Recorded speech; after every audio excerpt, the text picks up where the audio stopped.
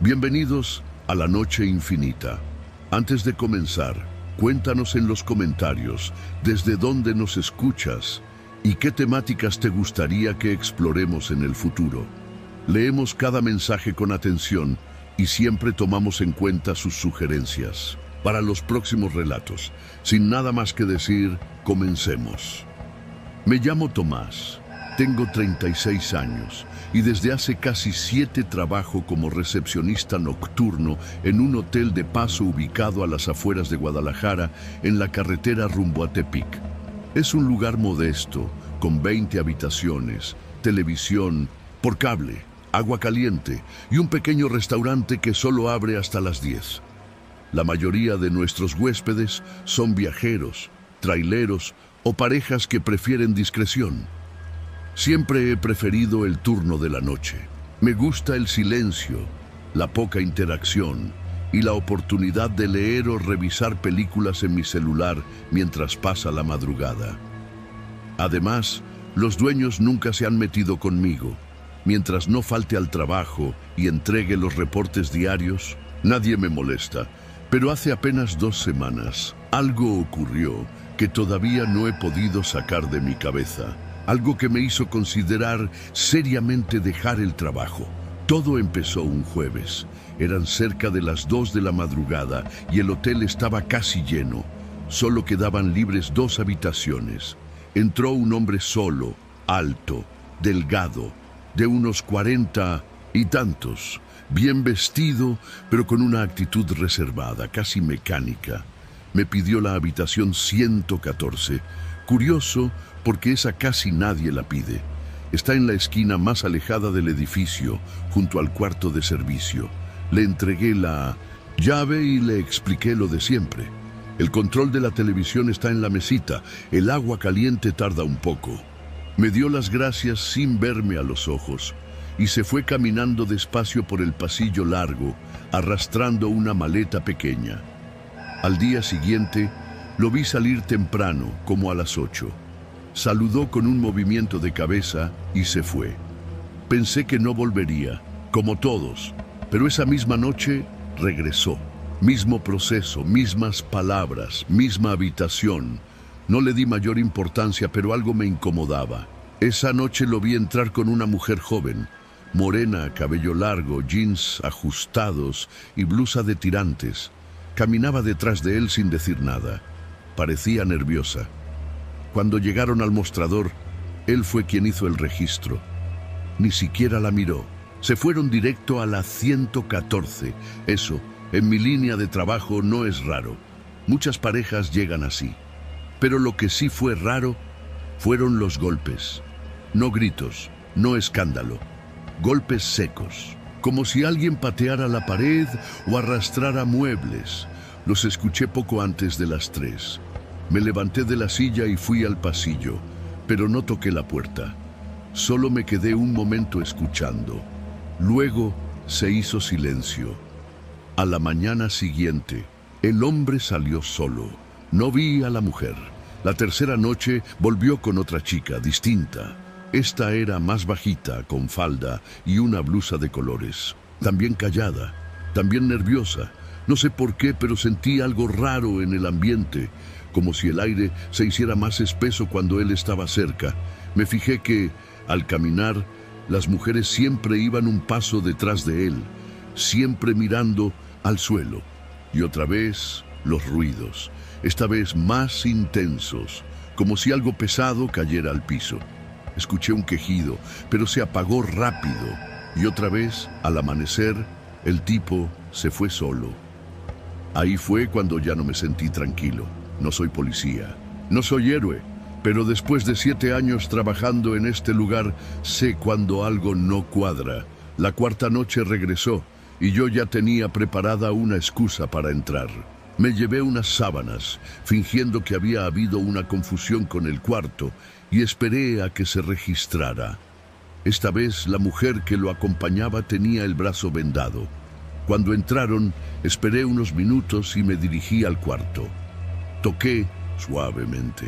Buenas noches, traigo unas sábanas limpias. Hubo un cambio en la lista, mentí. La voz del hombre serena respondió desde dentro. «Estamos bien, no se necesita nada. Gracias». No insistí. Me alejé, pero no me fui del pasillo. Me quedé en una esquina, con el corazón latiéndome fuerte. Entonces escuché un sonido que nunca olvidaré. Un grito ahogado, como si alguien intentara pedir ayuda con la boca tapada. Corrí de vuelta a la recepción y marqué al 114 desde el conmutador. Nadie contestó. Volví a llamar. Nada. Pensé en abrir la puerta, pero no tenía una excusa suficiente. Eran las 4:15 cuando lo escuché. Un golpe, fuerte, como si alguien hubiera sido arrojado contra la pared. Y después, pasos. El sonido de alguien caminando apresurado dentro del cuarto. Y luego, silencio absoluto. Esa noche no dormí ni un segundo. A las 6:30, el hombre salió. Solo, como siempre. Esta vez traía guantes. Me miró por primera vez directamente y algo en su expresión me heló. No fue amenaza, fue vacío, como si sus ojos no sintieran nada. Decidí que era suficiente. Esperé una hora y me acerqué a la habitación 114. Toqué. Nada. Usé la llave maestra. Dentro, todo estaba en orden. La cama hecha, las toallas dobladas. Pero en la esquina del baño, entre la tina y el retrete, había algo pequeño y oscuro. Un mechón de cabello, arrancado de raíz. Y en el closet, al fondo, una cuerda hecha con sábanas, con manchas rojas, secas. Salí de ahí temblando. Cerré la puerta. Llamé a la policía. Llegaron en 20 minutos. Revisaron todo. En el colchón había huellas. En las paredes, marcas cubiertas con pintura fresca. Debajo de la cama encontraron una bolsa con ropa femenina, varias tallas distintas, algunos documentos y un teléfono roto. En el baño, escondida en la alacena de toallas, había una mujer, viva, amarrada, con los labios partidos y las muñecas en carne viva. No gritó, no lloró, solo repitió en voz baja: «Gracias, gracias». La llevaron en ambulancia. El tipo fue arrestado en un retén al norte de la ciudad. Intentaba huir. En su auto encontraron más cosas: identificaciones, dinero en efectivo, más teléfonos destruidos. Se supo después que había estado cambiando de estados, moviéndose de hotel en hotel, siempre con mujeres diferentes, todas calladas, todas invisibles. Algunas aún están desaparecidas. Me convertí en testigo. Me interrogaron varias veces. Nunca me sentí culpable, pero sí me pregunté por qué no hice algo antes. ¿Por qué esperé tantos días? La habitación 114 quedó clausurada, no por superstición, no por miedo, sino por respeto, por memoria. La pintaron de blanco, la sellaron con tablas y hoy ya no forma parte del inventario. Yo sigo trabajando en el mismo hotel, no por necesidad, por terquedad, por vigilar. Desde esa noche me levanto cada 2 horas y camino por los pasillos, asegurándome de que nadie grite en silencio, porque el horror no tiene fantasmas, tiene rostro, tiene rutina y paga en efectivo.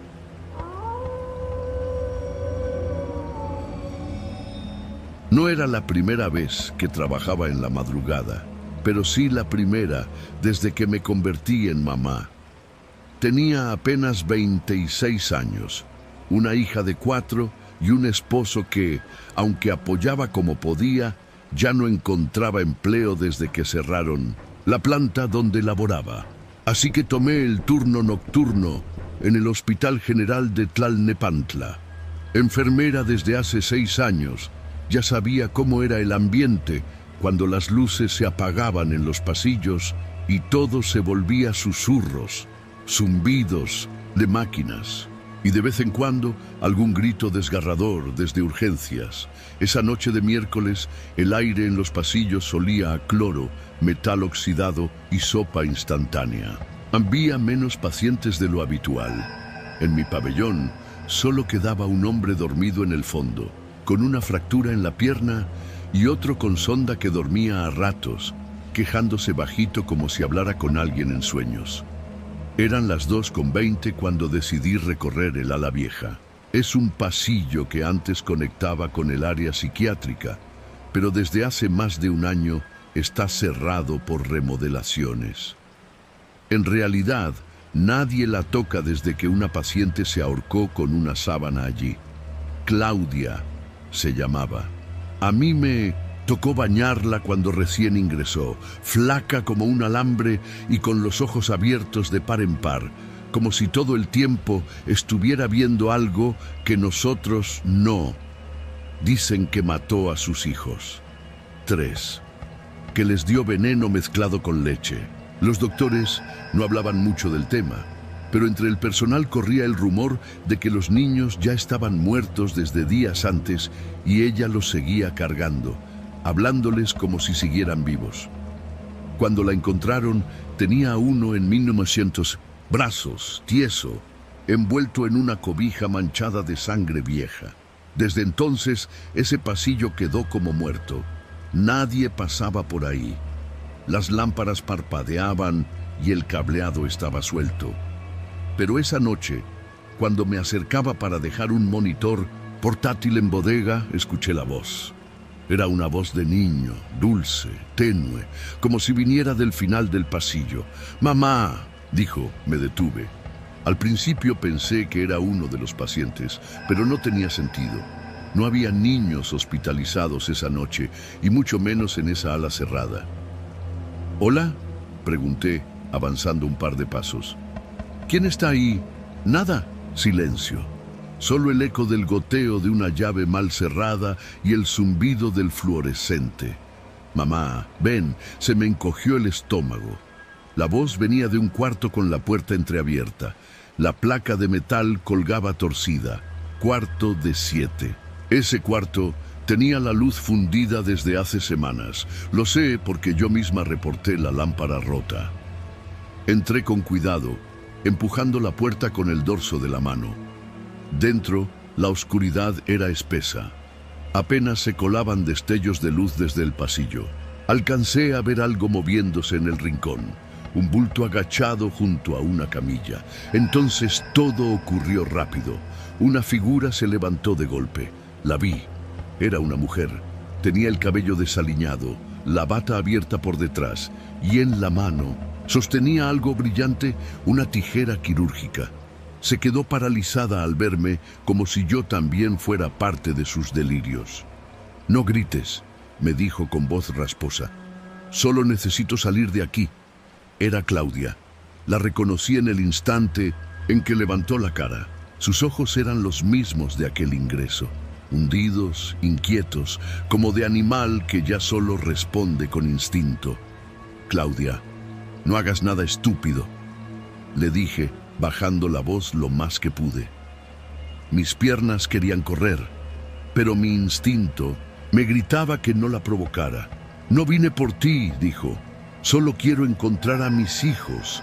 En ese momento noté que su brazo estaba cubierto de sangre, fresca, como si hubiera forcejeado o se hubiera cortado, pero no tenía heridas visibles. Entonces entendí, había atacado a alguien.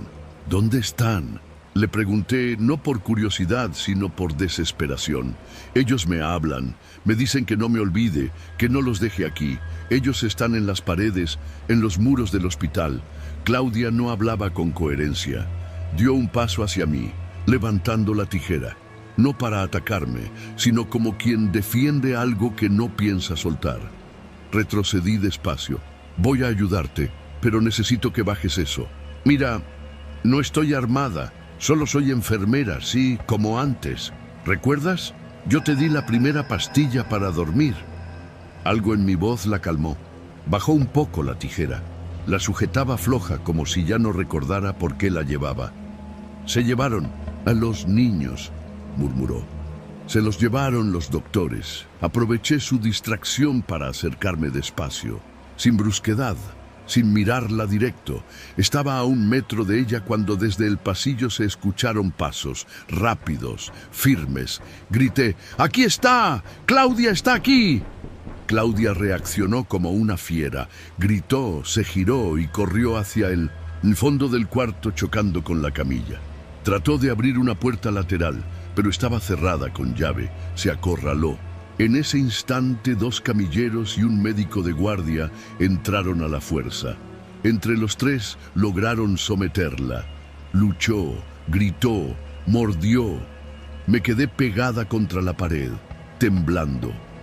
Cuando la sacaron en camilla, amarrada, el doctor me dijo que se había escapado horas antes, que habían encontrado a una enfermera sangrando en el baño.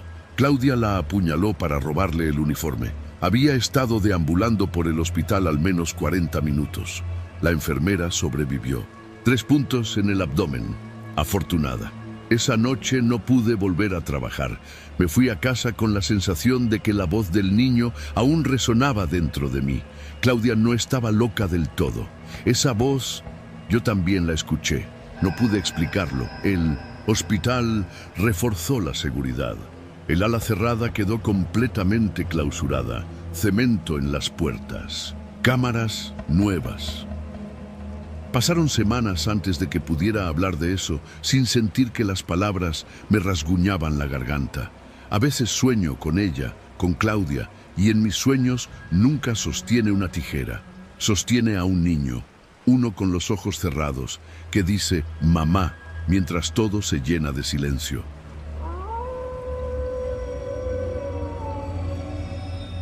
Vivo en un edificio viejo, de esos con pasillos largos, techos altos y azulejos que rechinan con cada paso. Está en la colonia Narvarte, un sitio donde todavía se siente ese aire entre lo tradicional y lo moderno. Aquí estudio enfermería y como no tengo mucho tiempo ni dinero, comparto piso con otra estudiante, aunque casi nunca la veo porque trabaja de noche, así que me acostumbro a estar sola. Me gusta observar, no por chismosa, sino porque he aprendido que el instinto es una herramienta vital en esta ciudad. Frente a mi departamento vive la señora Leonor. Todos en el edificio la conocen como la partera. Tiene más de 70 años, delgada como varilla, el cabello recogido en chongo y una voz dulce que no combina con su mirada. Siempre filosa, como si pudiera verte el alma. Cuando llegué a vivir aquí, varias vecinas me dijeron que la señora Leonor había sido famosa por traer al mundo a decenas de bebés, incluso cuando los hospitales estaban saturados. Siempre tenía mujeres embarazadas rondándola, jóvenes la mayoría, casi todas de fuera. Venían a su puerta, tocaban con discreción y entraban, pero nunca las veía salir. Al principio pensé que tal vez se iban por la puerta trasera, aunque el edificio no tiene salida por el fondo. Solo escaleras, pasillos y un elevador que se traba cuando llueve. La cosa se puso rara hace un mes. Noté que las visitas aumentaban. Siempre eran mujeres embarazadas, de esas que caminan con la panza firme pero sin brillo en los ojos. Una vez vi a una de ellas salir corriendo por el pasillo, descalza, con la blusa manchada. Al día siguiente supe que la señora Leonor le había dicho a la administradora que era una loca que se escapó de su casa. A las 2 semanas decidí anotar los días y horas en que las mujeres entraban a ese departamento. No lo hacía por morbosa, sino por una sensación creciente de que algo andaba mal. Tenía miedo de comentarlo con alguien. Nadie me iba a creer. ¿Quién soy yo? Una estudiante más que vive de becas y atunes enlatados, pero cada noche, después de estudiar, me sentaba en la sala con las luces apagadas y desde la mirilla veía a esas mujeres entrar. Nunca salían, hasta que escuché los gritos. Era una madrugada de jueves, casi las 3. Había apagado mi lámpara de estudio cuando el lunes entró un sonido rompió la quietud del pasillo. Un grito seco, breve, seguido de un quejido que se apagó como si lo hubieran sofocado. Me acerqué despacio a la puerta y miré por la mirilla. La puerta de doña Leonor estaba entreabierta. Una línea de luz cálida se filtraba por la rendija y por primera vez Pude ver sombras moverse adentro. Tomé mi celular. Dudé entre llamar a la policía o a una ambulancia. Elegí lo segundo. No quería armar un escándalo sin pruebas. Le dije a la operadora que creía que una mujer embarazada estaba en peligro, que escuché gritos, que dieran prisa. La operadora me pidió más datos. Los di con voz temblorosa. Luego corté. El edificio estaba en silencio. Pero yo sabía que detrás de esa puerta había algo muy mal. Minutos después, escuché el sonido apagado de una camilla. Ruedas de hule sobre losetas. Abrí mi puerta justo cuando los paramédicos entraban. Les señalé con la mano. Uno de ellos me miró con extrañeza, pero no dijo nada. Golpearon con fuerza. 1, 2 veces. La señora Leonor abrió. Sonreía, pero sus manos temblaban. Dijo que todo estaba bien, que era un error, que allí no había nadie. Pero en ese momento, una voz débil salió desde adentro. ¡Ayuda! Los paramédicos entraron sin pedir permiso. Yo me quedé afuera, abrazando mi carpeta como si fuera un escudo. Me temblaban las piernas. Pasaron menos de 5 minutos antes de que sacaran a una muchacha en la camilla. Tendría unos 17 años. Tenía la cara desfigurada por el llanto, la bata sucia, las piernas cubiertas con una manta manchada. No hablaba. Apenas me miró. Los ojos se le iban hacia los lados como si no entendiera nada. Detrás, un paramédico salió sosteniendo una pequeña caja de cartón. Iba tapada, pero podía oler el desinfectante y algo más. Hierro, sangre. Después de eso, llegaron los policías. No sé cuánto tiempo pasó. Las luces se encendieron, el pasillo se llenó de murmullos, la administradora bajó en bata, varios vecinos se asomaron. Yo me quedé donde estaba, como si me hubieran pegado al suelo. Esa noche no dormí. Al día siguiente, la noticia corrió como pólvora. La señora Leonor había sido detenida. Según dijeron, llevaba años realizando procedimientos ilegales, abortos forzados, sin consentimiento. Drogaba a las jóvenes que venían buscando ayuda, diciéndoles que les daría tés para acomodar al bebé o calmar los nervios. Luego las sedaba y les extraía el producto. Algunas ni siquiera sabían que habían sido intervenidas. Otras se quedaban a medio camino, presas del miedo, y terminaban firmando papeles que ni leían. La muchacha que sacaron esa noche sobrevivió. Se llamaba Lisbeth. Había llegado desde Veracruz buscando a un familiar que nunca apareció. Terminó en manos de una conocida de la señora Leonor, que la llevó a un lugar seguro. Me enteré por un agente que la droga que usaba era un sedante veterinario mezclado con diazepam, un cóctel para dejar a cualquiera inconsciente por horas. No, hallaron restos de otros cuerpos. Eso fue lo más aterrador. La señora Leonor no hablaba, no decía dónde estaban las demás. El rumor es que usaba químicos industriales para deshacerse de todo.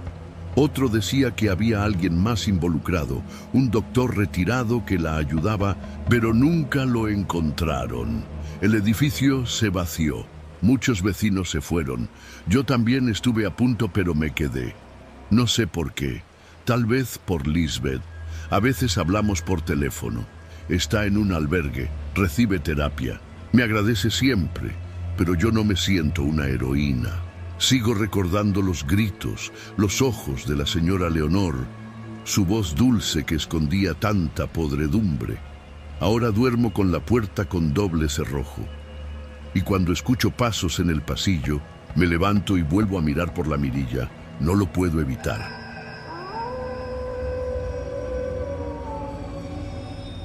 Nunca me ha gustado manejar de madrugada, pero en este trabajo a veces no hay opción. Llevo casi 20 años como trailero y he cruzado medio México con carga de todo tipo, desde televisiones hasta aguacates. Y aunque ya he pasado por sustos y asaltos, esa madrugada rumbo a Sonoita fue diferente, algo que no me explico del todo hasta hoy. pero que me dejó claro que, cuando el cuerpo te avisa, lo mejor es hacerle caso. Eran cerca de las 3 de la mañana cuando pasaba por ese tramo eterno del desierto de Sonora. Venía de Caborca, con dirección a la frontera. Llevaba un cargamento de tarimas de materiales para una bodega en Nogales. Nada especial. El aire acondicionado estaba a todo lo que daba porque afuera el calor todavía se sentía, aunque ya era madrugada. La radio estaba bajita, sintonizada en una estación de noticias de Hermosillo que entraba a ratos. Poca señal, ningún carro, solo la línea blanca pintada en el asfalto y el rugido constante del motor. Me mantenía despierto masticando chicle y tomando café tibio de un termo viejo que siempre cargo, cuando, de pronto, vi a lo lejos unas siluetas junto a la carretera. Bajé la velocidad por instinto. Eran varias personas. Caminaban lento. Una mujer al frente agitaba los brazos. Pensé en migrantes, lo cual no es raro en esa zona. Se ve mucho grupo tratando de cruzar al otro lado por esas brechas. Puse las intermitentes y empecé a desacelerar. Me acerqué lo suficiente para verlos mejor. Eran como 8 o 10. Hombres, mujeres, al menos un niño. Todos con ropa sucia, algunos con mochilas, pero algo en su actitud no me cuadró. No se veían desesperados. Ninguno corría hacia el tráiler. Solo estaban ahí, parados, esperando. La mujer del frente seguía haciendo señas, pero no caminaba. Un hombre detrás de ella se le acercó y le dijo algo. Ella bajó los brazos.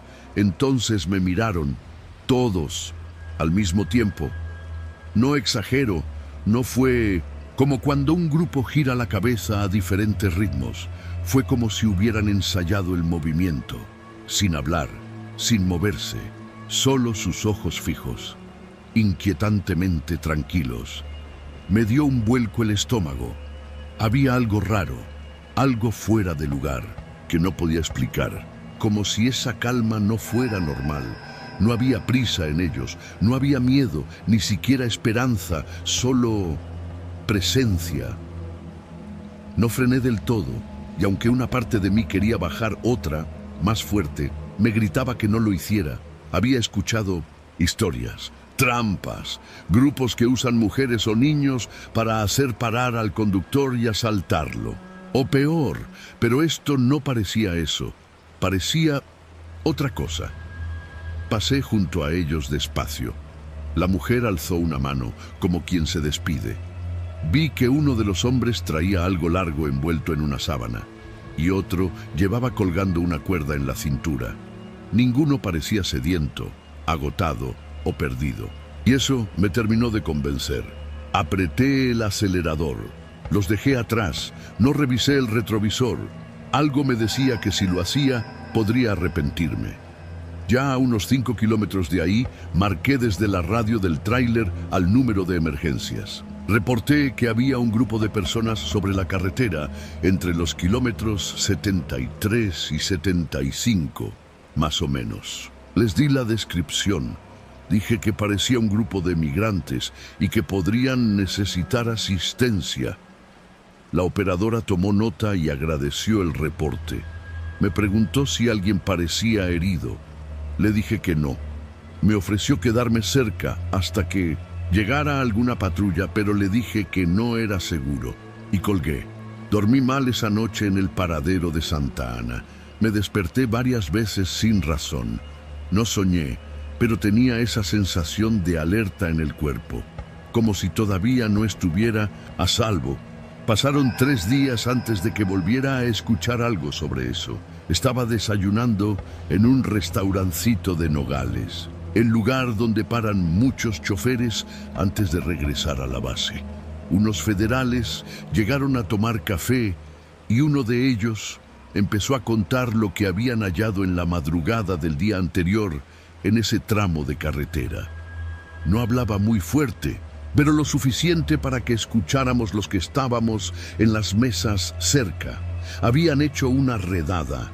La Guardia Nacional, en coordinación con el Instituto Nacional de Migración, había recibido reportes de actividad sospechosa en esa zona.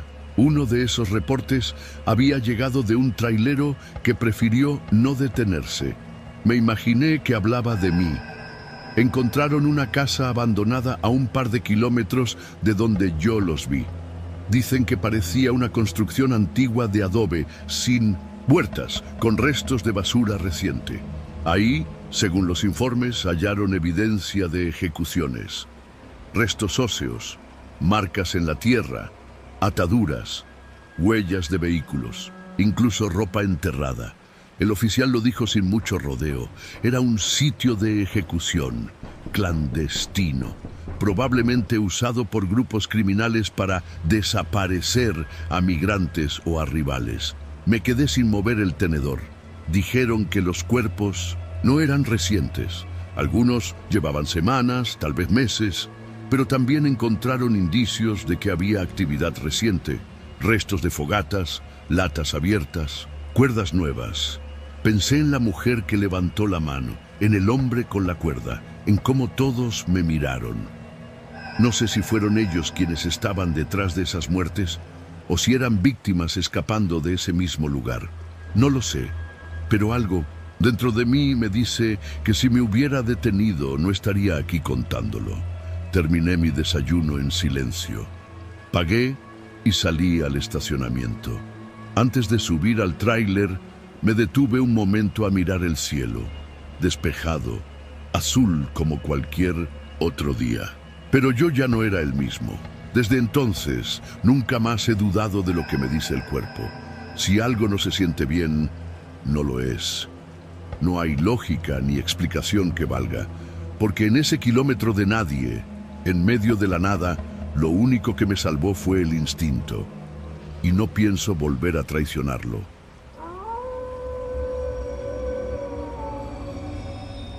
Trabajo como taxista en la Ciudad de México desde hace más de una década. He visto de todo, desde ejecutivos dormidos a medio camino del aeropuerto, hasta borrachos que juran ser narcos importantes. Pero nunca olvidaré lo que pasó aquella madrugada en la colonia Santa María la Ribera. No porque fuera lo más extraño que he vivido, sino porque me di cuenta que a veces el verdadero miedo no viene de lo sobrenatural, sino de los vivos. Eran casi las 3:15 de la mañana. Me encontraba estacionado frente a una farmacia cerrada, con la radio encendida y los ojos a medio abrir. Había tenido una noche tranquila, poca chamba.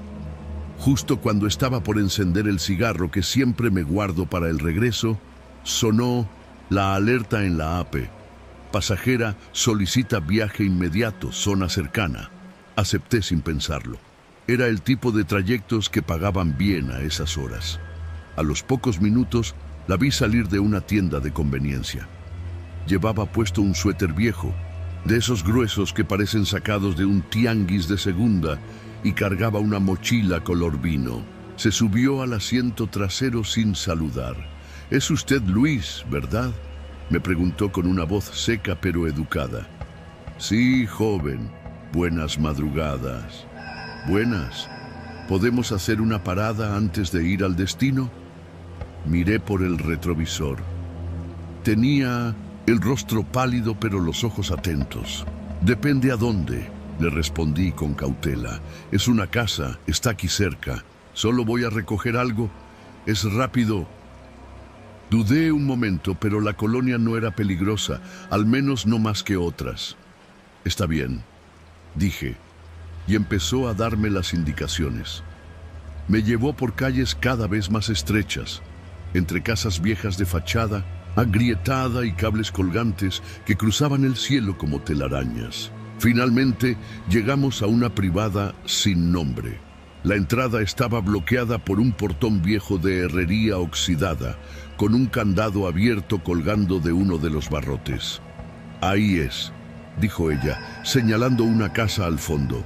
Tenía el techo colapsado en una esquina y una barda de ladrillo despintado, donde se notaba un grafiti casi borrado que decía «Fuera ratas». «¿Estás segura que aquí es?». «Sí, me esperan. Solo me tardo 5 minutos. ¿Puede acompañarme?». Eso me heló más que el viento. no por la invitación, sino por la forma en que lo dijo, como si ya supiera que algo no estaba bien. Mire, mejor le espero aquí. De noche no es prudente meterse a lugares así. Ella bajó la mirada por un instante. Luego suspiró. No se ofenda, pero necesito que alguien más esté cerca. No me siento segura entrando sola. Había algo en su tono, una mezcla de angustia y resignación que me hizo sentir culpable. Bueno, pero solo me acerco al portón. No voy a entrar. Ella asintió y bajamos juntos. Yo avancé hasta el umbral mientras ella empujaba la reja, que se abrió con un rechinido largo, como si no se hubiera movido en años. Cuando dimos unos pasos hacia la casa, escuchamos voces. No gritaban. Hablaban bajo pero rápido, como si discutieran algo con urgencia. Ella se detuvo en seco. ¿Qué es eso?, pregunté, casi en susurro. No deben estar aquí aún. Se suponía que... Dejó la frase incompleta. Antes de que pudiera preguntar más, de entre las sombras del patio salieron 3 hombres. No mayores, pero tampoco jóvenes. Uno llevaba una gorra con el escudo de la América, otro una camisa manchada de pintura seca y el tercero... Bueno, el tercero cargaba algo que parecía un bate envuelto en trapo. ¿A quién traes o qué, Marlene?, preguntó el de la gorra mirándome con desconfianza. Es mi taxi, me está esperando nada más. Solo vine por lo que me dijeron. Nell, ya valió, ya lo vio todo. No, no he visto nada, intervine. Ni sé qué está pasando. Mire, si necesitan estar solos, yo me regreso al carro. Ni madres, dijo el del bate, dando un paso al frente. En ese momento, mi corazón se aceleró como si alguien me lo estuviera exprimiendo con la mano. Pensé en correr, pero habría sido inútil. Estaban demasiado cerca. Entonces, como si una chispa se encendiera en mi cabeza, fingí que el coche tenía un problema. ¡Mierda!, grité mirando hacia el vehículo. Olvidé ponerle el freno. ¡Se va a ir! Salí corriendo hacia el taxi. Ellos dudaron. Supongo que por un segundo pensaron que realmente el coche se estaba moviendo. Ella aprovechó ese instante para correr detrás de mí. Subimos y arranqué de inmediato. La reversa chilló sobre el pavimento y sin mirar atrás salimos de esa privada como si nos persiguiera el mismo diablo. No dijimos nada en varios minutos. Ella temblaba y tenía los ojos llenos de lágrimas. ¿Qué era eso, Marlene? ¿Quiénes eran esos tipos? No lo sé todo, pero me usaron. Me pidieron que llevara a alguien, cualquier persona, para sacar unas fotos ahí. Me dijeron que era por una deuda, que si no iban a lastimar a mi hermano. ¿Fotos? Sí, luego te chantajean. Dicen que entraste a una casa donde pasó algo grave. Te mandan las imágenes y te amenazan con hacerlas públicas, con avisar a la policía o a tu familia. No me dejaron opción. Nos detuvimos en una gasolinera que aún estaba abierta. Pedí un café y le ofrecí uno. No lo aceptó. Tenía la mirada fija en la nada. ¿Y qué pasó en esa casa?, le pregunté. Ella tragó saliva. Mi abuela vivía cerca. Decía que esa casa llevaba cerrada desde los años 80. Un matrimonio fue asesinado ahí. Nunca encontraron a los responsables. Dicen que fue un ajuste de cuentas. Desde entonces nadie la ha querido habitar, pero siempre hay movimiento. En las noches entran y salen personas. Hay historias, pero nadie hace nada. Todos prefieren no ver. La dejé cerca de una estación del metro. Me pagó el viaje completo con propina. Gracias por no dejarme ahí, dijo antes de bajarse. Yo asentí sin saber qué responder. A la semana siguiente fui a la policía. Sin decir mucho, conté lo que pasó. Me mandaron con un ministerial que parecía más interesado en su celular que en mis palabras. Cuando mencioné la dirección, alzó la ceja y me interrumpió. Santa María entre Cedro y Fresno. Sí, no eres el primero que viene a hablar de esa casa, pero nadie pone denuncia formal. Sin denuncia no se puede hacer nada. Y no investigan. Se hacen rondines, pero cuando llegan no hay nadie, ni señales. Los tipos saben moverse. Le agradecí y me fui. Con el tiempo aprendí a convivir con el recuerdo. Nunca conté la historia completa, pero cada vez que alguien me pide una parada extra en la madrugada, lo pienso 2 veces. A veces, los verdaderos fantasmas no son los que asustan en la oscuridad, sino los que sonríen en la calle y te invitan a pasar a una casa que nunca fue suya.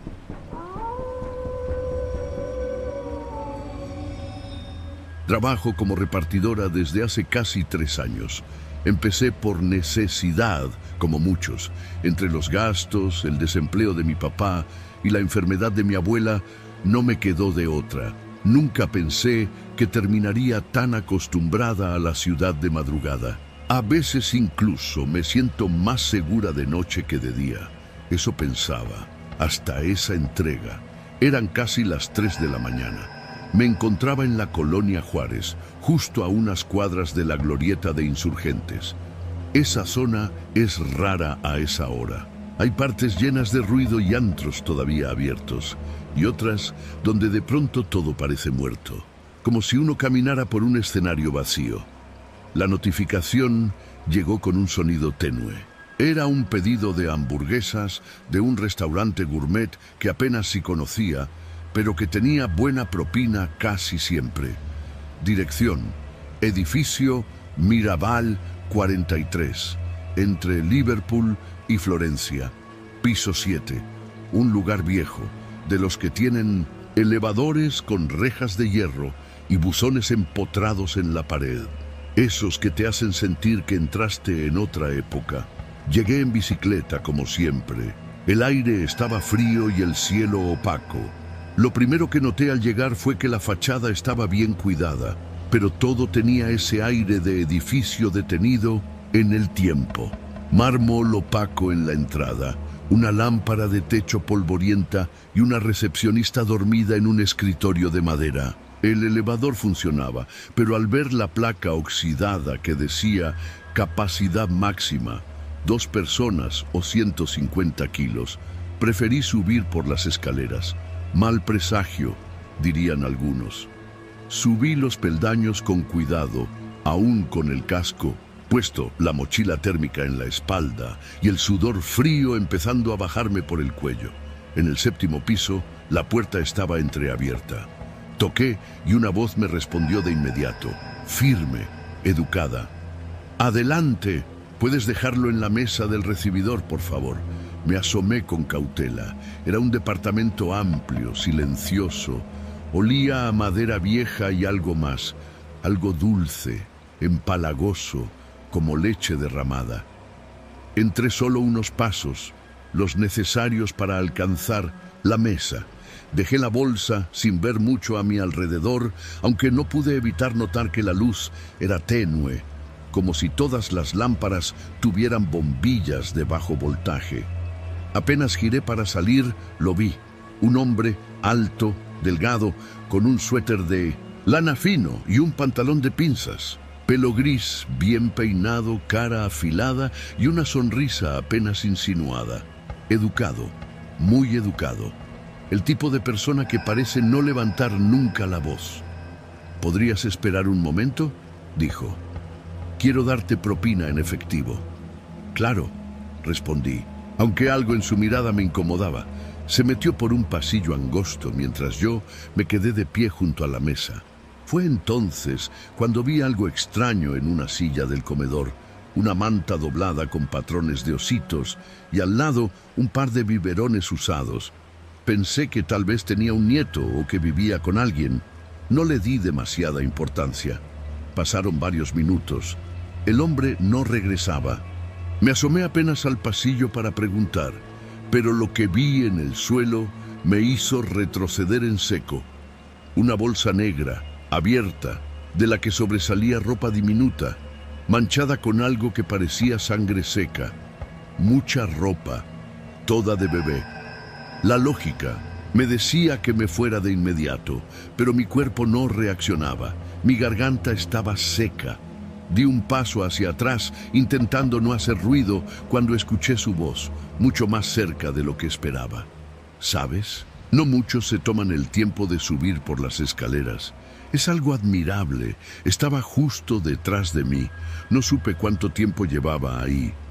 Gracias, pero ya tengo otras entregas, respondí fingiendo calma, apretando las llaves dentro del bolsillo como si fueran un arma.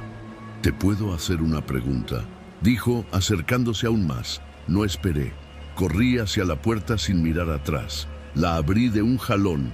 Bajé los escalones casi rodando, sin detenerme hasta estar de nuevo en la calle. No volteé ni siquiera cuando escuché un portazo detrás de mí.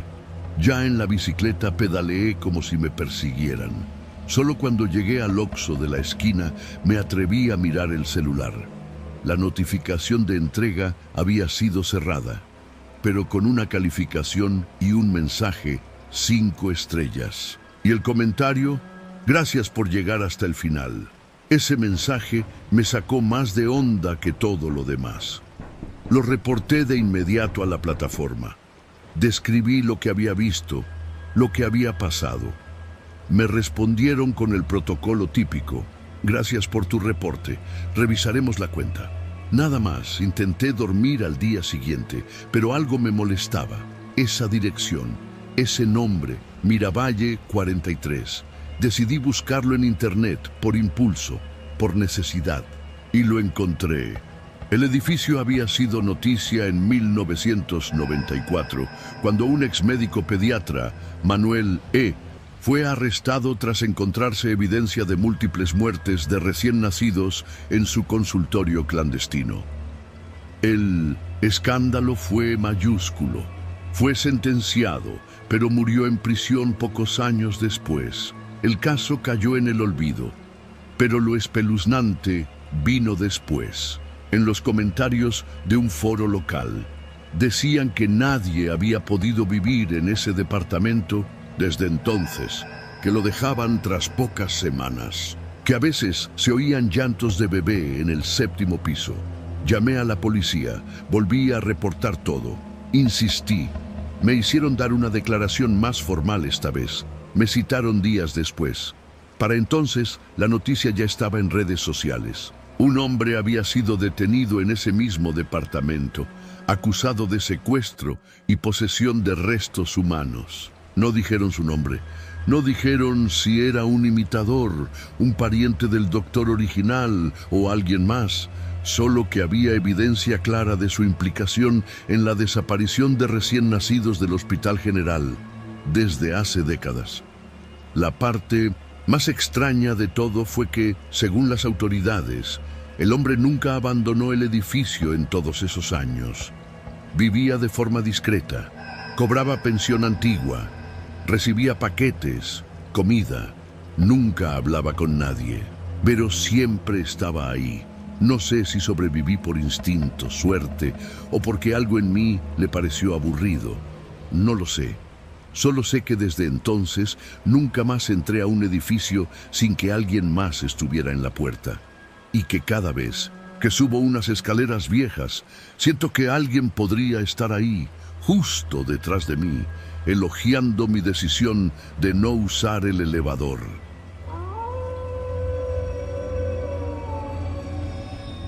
No sé en qué momento se me ocurrió que era buena idea ir a verla sin avisar. Tal vez era ese sentimiento idiota que se mete cuando uno está enamorado, o cuando cree estarlo. Eran como las 2:30 de la madrugada, y yo venía de una fiesta con unos amigos de la universidad. Vivía en Coyoacán, pero ella rentaba un cuartito en la colonia Portales, sobre la calle Santa Cruz, en una casa de esas antiguas que ahora dividen en piezas para estudiantes. Llevábamos saliendo unos 6 meses, pero últimamente se había vuelto rara, distante, siempre con excusas. Le mandé un mensaje esa noche, no respondió, y ahí fue cuando se me ocurrió pasar. Solo quería verla, decirle que la quería. Pensé que, tal vez, si me veía en persona, algo cambiaría. Me bajé del Uber unas cuadras antes. La calle estaba vacía. Las luces anaranjadas de los faroles apenas alumbraban. Pasé frente a una panadería cerrada y un perro callejero me siguió unos metros. Caminé en silencio hasta llegar a la casa, una de esas con portón negro, rejas y un árbol flaco afuera. Sabía cuál era su ventana. Estaba al fondo del lado izquierdo. Tenía unas cortinas medio traslúcidas y entre ellas se colaba una luz tenue, como de lámpara de buró. Y ahí lo vi. Al principio pensé que era mi imaginación, pero no. Había alguien adentro, un hombre, sentado en la orilla de su cama. No pude verle bien la cara, pero lo vi claramente moverse, acomodarse los zapatos, como si estuviera esperando algo. No supe qué hacer. Me agaché detrás de una jardinera oxidada, tragando saliva. Esperé. Pasaron unos 5 minutos, luego 10. Pensé en gritarle, en marcarle, pero no me salían ni las palabras. Solo tenía el celular en la mano con la pantalla negra. Fue entonces que escuché algo. Un sonido seco, como cuando cae algo pesado del otro lado de un muro. Y entonces, sin que yo pudiera reaccionar, un hombre, otro, saltó la barda del costado. Venía desde la calle de atrás. Traía un cuchillo en la mano. Lo vi claramente brillar bajo la luz del farol. Caminaba encorvado, en silencio. Se dirigía directo hacia la ventana. No esperé a ver más.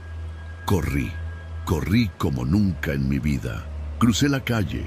Me tropecé con el perro callejero que ladró asustado. Grité tan fuerte que creo que desperté a medio vecindario. Toqué el timbre de una casa con luces prendidas. Nadie respondió. Golpeé puertas.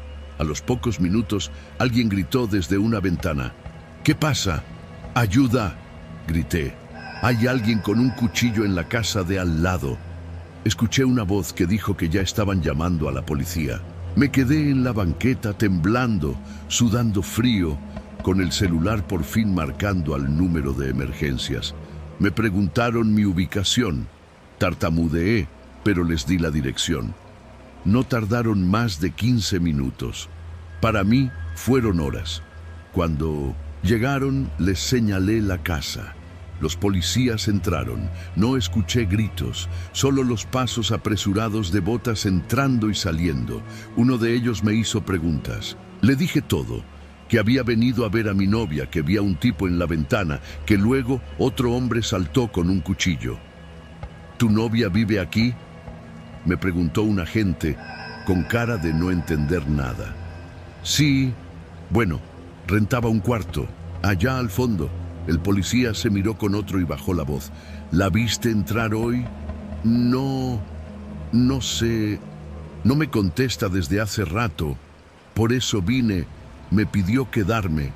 A los minutos salió uno de los peritos. Su rostro estaba pálido. Se quitó los guantes y se los metió en la bolsa del pantalón. Necesitamos que venga a identificar algo, me dijo. ¿A identificar qué? No me respondieron. Me llevaron al fondo, hasta esa ventana que yo había visto iluminada. La puerta estaba abierta. Entramos. La habitación era chica, húmeda, con una cama individual y una repisa de libros. El colchón estaba cubierto por una sábana manchada. A un costado, sobre un tapete mal enrollado, había un bulto. El perito se agachó y lo desenrolló un poco, dejando al descubierto algo, carne, pero no como de una persona dormida. No, eran partes. Un brazo, un torso con la piel abierta. No entendí nada al principio. Eso es humanos. Restos. Humanos, dijo el agente sin rodeos. Sentí que me iba a vomitar. En la pared, escrita con marcador, había una palabra: perros. No tenía sentido. Nada tenía sentido. Más tarde, la policía me explicó, o eso intentaron, que la mujer que vivía allí, mi novia, no era quien decía ser. Ni siquiera se llamaba como yo pensaba. La habían identificado con otro nombre. Tenía antecedentes por fraude en el norte del país. Lo del hombre que entró con cuchillo tampoco fue al azar. Lo detuvieron 2 calles después. Llevaba sangre en la ropa. En su declaración dijo que ella lo había citado, que era parte de un juego, que él entraba, la asustaba y luego ella lo salvaba. Pero algo salió mal y el hombre que yo vi primero en la habitación no era yo, era otra víctima. Un joven, según dijeron, que ella conoció semanas antes por redes sociales, desaparecido desde hacía días. Su familia lo buscaba, lo encontraron ahí, en partes, dentro de bolsas. El tipo del cuchillo dijo que habían hecho esto antes, que ella seducía, los citaba y luego los dejaba entrar. Él se encargaba del resto. No supe si todo lo que dijo era verdad. Ella desapareció esa noche. El tipo del cuchillo terminó en el reclusorio norte, pero ella, nadie volvió a verla. Yo sobreviví. Por idiota, por romántico, por lo que quieras, pero estuve a metros de entrar a ese cuarto, sin saber que lo que me esperaba no era una infidelidad, era un matadero. Ahora, cuando alguien me dice que el amor duele, solo sonrío. No tienen idea.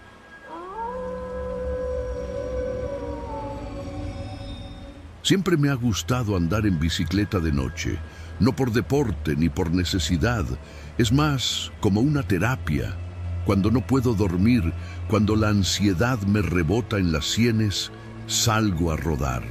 Mis rutas favoritas son las calles vacías del centro histórico de la Ciudad de México, cuando todo está dormido menos los fantasmas del pasado. Aquella madrugada de sábado, poco después de las 3, tomé mi bici y bajé desde la colonia Doctores. Pedaleaba sin rumbo, pasando por San Juan de Letrán. Luego doblé hacia República de Chile, donde aún quedan negocios con santos de yeso en las vitrinas, custodiados por candados oxidados y vírgenes polvorientas. Fue en la esquina con República de Brasil donde me detuve. Había una casa que desde niño me había intrigado. No sé si la conoces, de cantera gris, con puertas altas de madera carcomida, ventanas selladas con ladrillos y una herrumbre que parecía crecer con los años. Es uno de esos inmuebles que se ven fuera de lugar, como si la ciudad hubiera crecido alrededor y lo hubiera olvidado por lástima. Una vez, cuando tenía como 12 años, mi papá me dijo que ahí vivió una familia que desapareció. Nunca quise preguntar más, pero esa madrugada me detuve frente a ella. Apoyé la bici contra un poste y me acerqué. Había algo distinto, un olor, no de orines o humedad, algo más tenue, como comida vieja. Y entonces lo escuché. Pasos, dentro de la casa. Me quedé quieto. No eran ruidos lejanos, eran lentos y firmes, como si alguien caminara sin prisa, arrastrando los pies sobre la duela. Me dije que era un vagabundo, un gato, cualquier cosa. Estaba por alejarme cuando levanté la vista hacia la ventana central del segundo piso, y allí, detrás del vidrio, empañado entre cortinas que parecían trapos, vi una silueta. Era delgada, humana, quietísima, y entonces se movió. No esperé más. Tomé la bici como si alguien me estuviera persiguiendo y pedaleé sin mirar atrás, directo hacia Circunvalación. No me detuve hasta estar en casa. Cerré la puerta, le puse seguro y me encerré en el baño para controlar la respiración. No había visto un fantasma, pero había visto a alguien. Y esa casa, se supone, estaba abandonada. Pasaron 2 días. Busqué en internet. Usé palabras como casa sellada centro histórico, familia encerrada, República de Brasil. Encontré algo, una nota en un periódico digital del 2010. Decía: detienen a Félix Varela, ex profesor de historia de la UNAM, por encerrar a su familia durante 17 años en una casa de la calle República de Brasil. Su esposa falleció dentro del domicilio. Se rescataron 3 menores, todos en estado de desnutrición severa. Uno murió semanas después. Una hija sobreviviente fue internada en un hospital psiquiátrico. El domicilio permanece bajo custodia judicial y nunca fue reclamado. Volví a mirar la foto que acompañaba el Artículo. Era la misma casa. A la noche siguiente regresé, no sé por qué. Tal vez por morbo. Tal vez porque soy un estúpido. Pero algo en esa figura no me dejaba en paz. Me detuve frente al portón. No se escuchaba nada esta vez, pero en el piso, frente a la entrada, había algo nuevo. Un plato con comida. Frijoles negros y arroz. Encima una tortilla seca, partida en tres. No me atreví a tocarlo, ni a moverme, pero entonces a mi izquierda una voz grave me habló. ¿Estás buscando a la niña? Era un señor de unos 50, flaco, con una barba dispareja. Traía una bolsa del mercado y olía a cigarro. ¿Qué niña?, pregunté tratando de sonar tranquilo. La que quedó. La hija. Vive cerca, nadie sabe bien dónde. A veces regresa a dejar comida, a ver si su papá vuelve. No supe qué responder. El tipo se fue, como si nada. A partir de ese día empecé a buscarla. No sabía ni por qué. Me obsesioné. Me sentaba en la banqueta frente a la casa, esperando verla llegar. Varias noches vi pasar sombras, pero ninguna se detuvo. Hasta que una madrugada, mientras yo fingía revisar el freno de mi bici, apareció una mujer. Vestía ropa sencilla. No era indigente, pero tampoco parecía tener hogar. Llevaba una mochila pequeña, de esas viejas de escuela, y una mirada perdida. Se agachó, dejó otro plato frente al portón y se quedó parada sin moverse, mirando hacia adentro. No le dije nada, solo me quedé mirándola. Cuando se fue, la seguí. Caminaba sin prisa. Tomó la calle de Donceles, luego dobló hacia Argentina. La seguí hasta una vecindad deteriorada. Entró sin mirar atrás. Me quedé a unos metros, sin atreverme a acercarme más. Al día siguiente, regresé de día. El portón estaba abierto. Un pasillo largo, paredes descascaradas. Pregunté por ella con una vecina que barría el zaguán. Me dijo que se llamaba Eva, que a veces se iba por días y luego volvía, que no hablaba con nadie, que tenía su rollo. Una noche me armé en valor y la esperé afuera. Cuando salió caminé hacia ella. Perdón, le dije. Solo quiero hablar. Me miró de frente. Tenía unos ojos grandes pero apagados, como si nunca hubieran visto el sol. No dijo nada.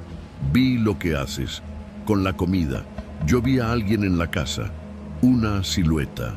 Entonces sí habló. A veces se asoma, pero no está allí. Lo que ves son recuerdos. Lo haces todas las noches. Solo cuando sueño con él, con tu padre, con todos. A veces sueño que siguen ahí, que no salimos, que no escapamos, que sigo encerrada. No supe qué decir. Quise consolarla, pero ella no parecía triste, solo vacía. ¿Crees que alguien sigue dentro? Ella bajó la mirada. Uno no se va tan fácil de donde aprendió a sobrevivir. Después de eso, la vi un par de veces más. Siempre a la misma hora, siempre con el mismo ritual. Dejaba comida, miraba al interior y se iba, hasta que una noche no vino. Esa madrugada, al pasar frente a la casa, vi algo que me detuvo en seco. La puerta estaba abierta, solo un poco, lo suficiente. Aparqué la bici y me acerqué. El portón chirrió apenas cuando lo empujé. Dentro el aire era denso, a humedad, a encierro. Di unos pasos. El vestíbulo estaba vacío, una silla caída, una vela consumida. Subí las escaleras. El piso crujía. En el segundo piso, todas las puertas estaban cerradas, menos una. Entré. La habitación tenía paredes manchadas de moho. En el centro, una mesa con 3 platos vacíos. En las esquinas, dibujos infantiles en papel arrugado, pegados con cinta vieja. Y al fondo, junto a la ventana, una figura, Eva, estaba de pie con la frente pegada al cristal, inmóvil. Eva no volteó. ¿Qué haces aquí? Tenía que ver si era real, dijo sin moverse. ¿Qué cosa? Lo que dejé atrás. Me acerqué. En el reflejo del vidrio vi su rostro, Lloraba en silencio. Ya no están, dijo. ¿Quién? Todos. Pero yo sigo viéndolos. Quise tomar su mano, pero no me dejó. Salimos juntos. Caminamos sin hablar hasta la vecindad. Me dio las gracias y esa fue la última vez que la vi. Semanas después, la casa fue tapiada otra vez, con bloques nuevos, con un letrero que decía Propiedad Federal. Nadie volvió a entrar, pero cada vez que paso por ahí aún huele a frijoles fríos y a veces, solo a veces, una silueta se asoma por la ventana. Yo la veo, pero ya no me detengo, porque hay cosas que, aunque las comprendas, no debes despertar nunca más.